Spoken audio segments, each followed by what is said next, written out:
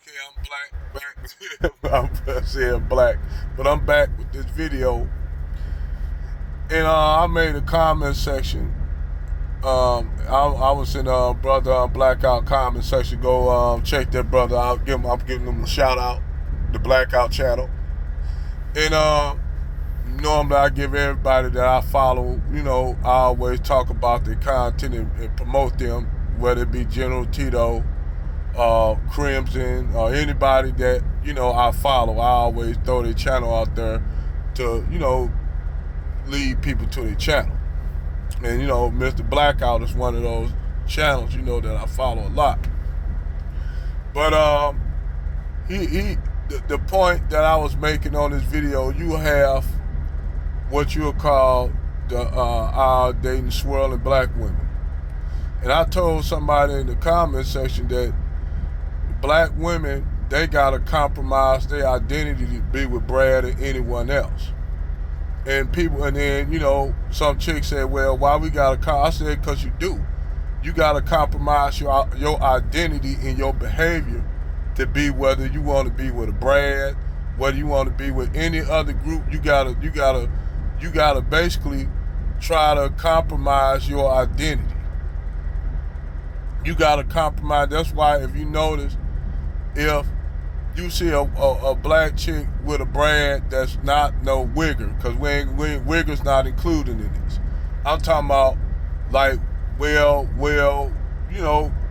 guys who are what you consider that's a part of the dominant white society, not the Wookiees. Because see, Wookiees, the thing is, it's a difference between Wookiees and an actual brand. An actual brand have a structure behind him. He don't have to pretend not to be something else that he's not. He know he's white and he's comfortable with his identity. And not only that, that kind of brand is he promotes what you would consider whiteness. Not on a white supremacist kind of level, which you do have that on the extreme, but he a brand, a white guy that's confident in himself. He don't have to try to be something that he's not, unlike the wiggers. Now, let me break that down. You have white dudes that grew up around black people. They lived in the same community. I'm not gonna shit on them, because you do got Brads, we call them Wookiees, that grew up in the black community, and they date Keisha. They primarily date Keisha. But you know what? If you ever notice, those Brads never marry Keisha. Those Wookiees that get with Keisha in the hood, they never marry Keisha. Even though they grew up in the hood around black people, they'll still keep their black buddies and friends, but they never marry Keisha. They might even have children with Keisha, but they never marry her. But the fucked up funny thing is, those Wookiees eventually grow up, get jobs and shit, and you know who they go out there and marry? They go out there and get with a Karen.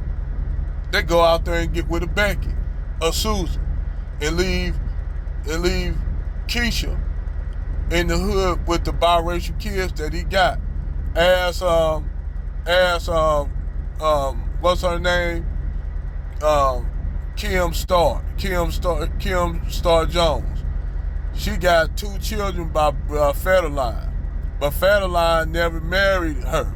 Federline just had her as a baby mama. You know who Federline turned around and married? Britney Spears, and had 3 kids with Britney Spears. You see what I'm saying? But like the Blackout channel said, not once did Kim Star Jones came out to say anything bad about Kevin Federline.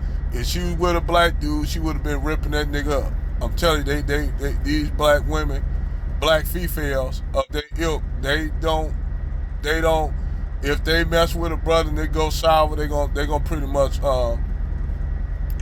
try to talk trash about their brother. But Brad don't get that kind of treatment. Even if he was a busted and dusted Brad, he don't get that kind of treatment like brothers do. Because, like I said, I keep telling people, a lot of the divestment and swirling chicks, actually, the reason why they don't want to get with black men it's a couple of things. Number one, they actually jealous of black men. Like when brothers think that these like the passport bros, you had all these divestment and swirling chicks attacking the passport bros. It ain't the fact that those brothers, that these women actually want black men. No, that's not what it is. It's the fact that they actually jealous of black men because these black men could go outside our race. They could go out there, they could, yeah, some of them will trick off, but they could also find a love interest to get married and have a family. Where Keisha, she gotta compromise herself, her identity. She gotta compromise her ethnicity to be with Brand. Prime example, I'm gonna show you just two examples, and this just tells you a lot about the state of the thinking of black women when they are in interracial relationships. Two, the chick in Salt Lake City with that racist fat white dude, how she sit up there and talk about, primarily they just talk about black men. Her boyfriend and her, because both of them are jealous of black men. He's jealous of black men because maybe he's not able to get the eligible white women that he really wants, so he gotta settle for the Keisha. Keisha can't get the quality black men she wants because black men, she can't get those quality black men. So you got two people united in their hatred for black men. Like when that dude talking about he was gonna pick this black dude up on the side of the road, that was cap. Wasn't no black dude on the side of the road in no broke down car in fucking outside of Salt Lake City, Utah. That's most of the black guys I know that live in Salt Lake City. They got nice cars. Ain't that many black people to begin with, other than the people that came out of Louisiana. You have a handful. Most of them are like immigrants and shit from other places. Like they be from Sudan and shit like that, which for some reason you got a lot of Sudanese up there in Salt Lake City. But nevertheless, most of those blacks are immigrants. Or you have those who went up there during Hurricane Katrina, which that girl probably was one of those children that came from Hurricane Katrina. Their family settled up there and they just stayed up there. They never went back to Salt Lake City. So you up there as a black kid, a black girl, and you going to school with primarily white kids, but you see most of the black dudes getting with Becky and Susan. They ain't getting with you in high school. They ain't take you out on no prom. Then the white guys ain't picking you. So the only one that's gonna holler at you is that fat white dude that nobody's picking, like you, the misfits. So she got with a misfit.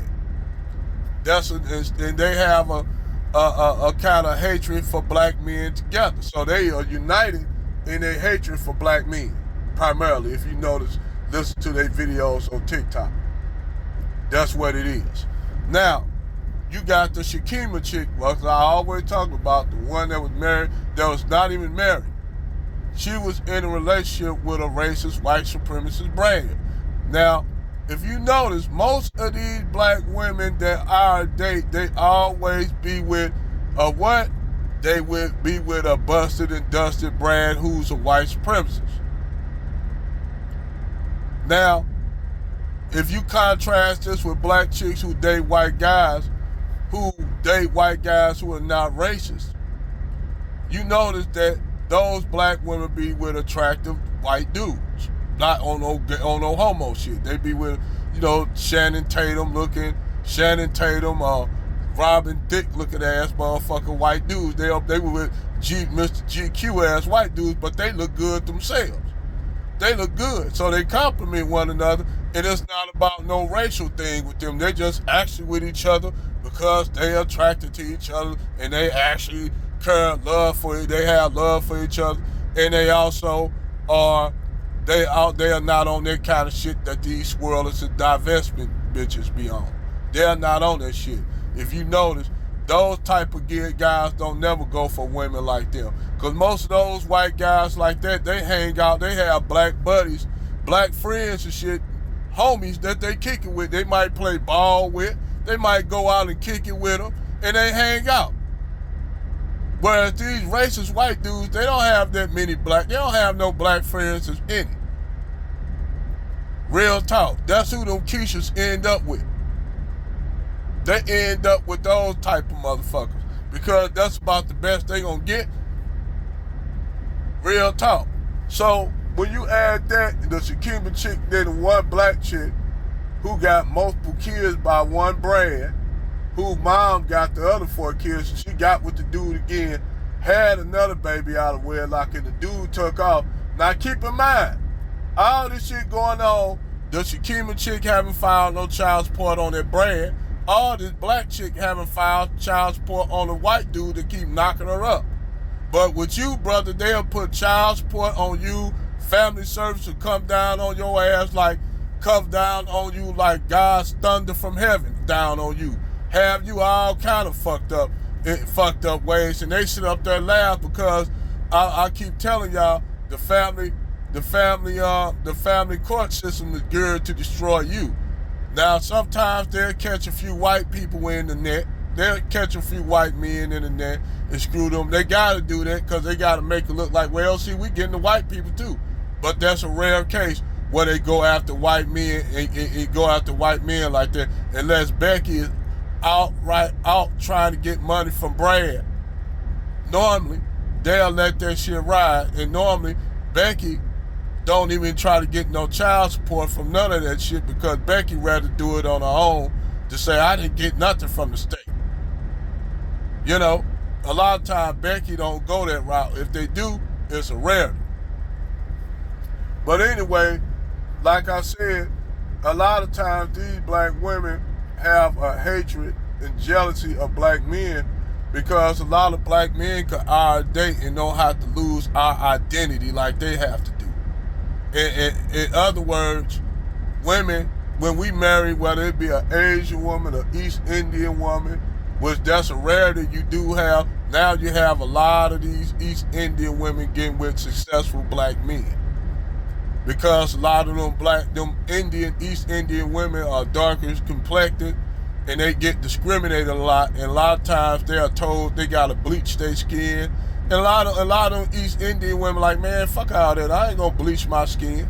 Why I'm gonna bleach my skin for? And a lot of them East Indian women starting to love their melanin, come to themselves and love their melanin and love who they are.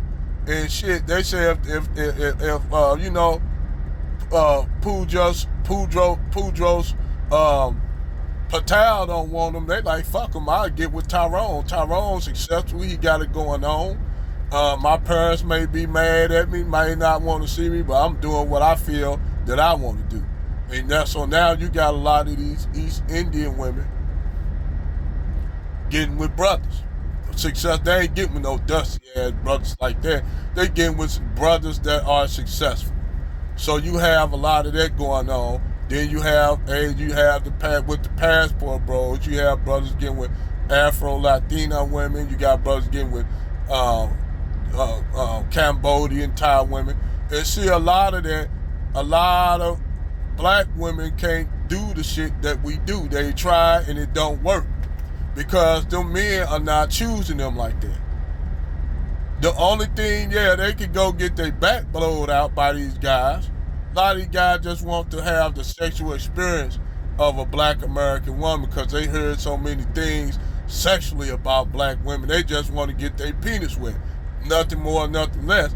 But they also heard about how black women, their attitudes, all this shit they see over there. They get these same shows over there in them country. They see how them women operate. In spite of black men being labeled as criminal thugs, lazy and all this, for some reason, it's not working over there like that. Because the funny thing is, you go elsewhere and you got other groups of men trying to emulate black American men behavior. You got Indian kids emulating black men and Indian shit up there, especially if they darker skinned, they relate and they living in the slums. They grow up listening to for some reason they be listening to Tupac and hip hop music, and they grow up idolizing like Tupac and shit. They be idolizing like Tupac and Biggie and shit over there in India. I seen a big ass mural of Tupac. It blew my mind. Like, wow, what y'all know about Tupac? In India, a mural of Tupac. I'ma pull that motherfucker up. In India, they got a mural of Tupac. You know, they like Michael Jackson and stuff, but they got a straight mural of Tupac in India.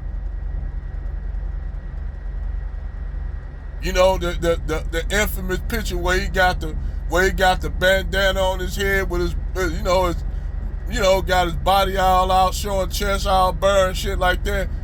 And they said the women actually blush when they see that picture of Tupac. No shit. But see, the image that white society try to create for black men, that negative image, it actually works in black men's favor. To the point where you got white men saying, man, you know what? If it wasn't for y'all hyper masculinity, a lot of white women wouldn't be choosing y'all. See how it works? It's the opposite. It works the opposite. Where you got black women masculine and shit like that, that shit do not work with other society. They don't want that. They want their women to be soft. So when black women talk about we can go out here and get other groups of men and be passport sisters too. Okay, it's not happening. The black chick just went down there to Bogota, Colombia, and said black women are losing because you go around there, you seeing black American men with Afro-Colombian chicks and mestizo Colombian chicks. She said they winning down there and said the Colombian men don't even look at her unless they want to get their Johnson served. But other than that, other groups of men down there not looking at her because they got their own women down there to look at. They got their own women who are feminine, who are soft. Why they gonna look at you and get your masculine ass? They know they know the image of black women in America. They know y'all image. Other than, being a lot of them being hoes, that's the only experience they really want with y'all. That's facts. I'm not trying to shit on y'all parade. Now you'll have it's a rarity. You may have an exception to that rule where you'll have an Indian guy get with a black chick. You have it. I ain't saying you don't have it, but it's a rarity. It's a rarity. And for that woman to get with that Indian dude, man, she gonna be dealing with some shit because they already don't want him to be with her. They wanted him to probably marry an Indian woman. And he got this black American woman, so believe me, they'd probably be saying shit about her, talking about her like a dog. She don't know how to speak Punjabi or fucking understand Punjabi all the way like that, or the slang words. She might understand a little bit due to her husband teaching her, but she don't know all the hateful shit they be saying. She up there, and she know, probably that sister know they saying hateful shit about her, and she going to bed every night crying. Not only that, when she have a child by that Indian dude, what his parents gonna do? They gonna look at their Indian child's ears to see if the ears gonna be, if the ear is white, because if the ear is white, that means that child gonna be dark. See what I'm saying? So that's how they judge the same way if a child gonna be dark, just like black people do, by the ears. If the body dark and the ears are light, if that child come out light skinned and the ears are dark, that's gonna already let you know that child gonna be dark skinned. How I know it was an Indian chick talking about this shit, her parents, and she got actually 9 children with this brother. This FBA brother, this Indian chick got 9 children. Beautiful family. And all her parents could say what color are their ears. Cause she already knew that the kids was gonna be black. Cause she dark skinned and he dark skinned. So she already know that her parents said, all your kids are gonna be black. They're gonna be black. Look how dark you is and look how black he is. Your children gonna be black. But but the thing is, on that thing, them women, if you're a successful brother, them other groups of women will get with you. And I think a lot of black American women are jealous of that. They are jealous of that because black men only been out dating only since the damn fit. Well, actually, we've been out dating before that, but I'm just saying that black women been having access to white men have been having access to black women since the plantation. So that's why I said it's not nothing new with a Keisha being with a Brad. There's nothing new. Where you have brothers coming out, that's what Lovely Smith in Virginia was all about. It was about that man's right to marry a white woman, a black woman. If it was the other way around, they probably would have said hell no. But by him marrying a black woman who considered herself Aboriginal black, not really black, and she got on a documentation that she's Indian. So I don't even know why they used the term black for her. She was Aboriginal Indian. So that's why they let that slide. See, if you got on your documentation that you're American, Afro, Black, and Indian, which they do have, they treat you different. Whether than you a black person because see, this is what they don't understand is you did have black Aboriginals, but you had people that are straight African descent. And the African descended people were the slaves of the Aboriginal black Indians, which Dane Calloway, I brought it up to Dane Calloway, and this is how they try to use to say, well, but black people had slaves. No, it was the Aboriginal blacks that had slaves along with the red Aboriginals who had slaves. They were not our people. They were Aboriginal blacks. You know what I'm saying? I trace my ancestors back. I don't have no indigenous Aboriginal blood in me. I got straight African blood and European. I got blood from Shanghai Empire, Mali. My DNA go to the Fulani of Northwest Africa, and also the Igbo and Igbo tribe. So it's the northwest Mali, Chad, and Senegal, Ghana, Nigeria.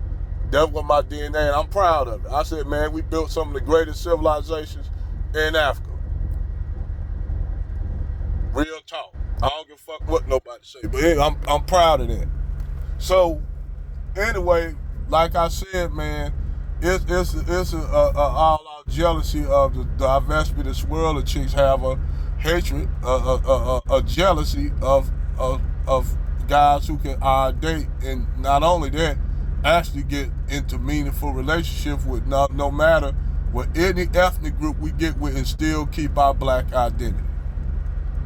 We don't have to put Keisha or Haciennica.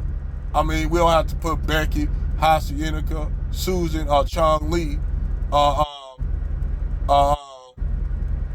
Petros Patel on a pedestal like they do with white men. We don't do that. Black men don't do that. And if a nigga do, we always chop that nigga down. So nigga, stop putting that woman up on no pedestal, nigga.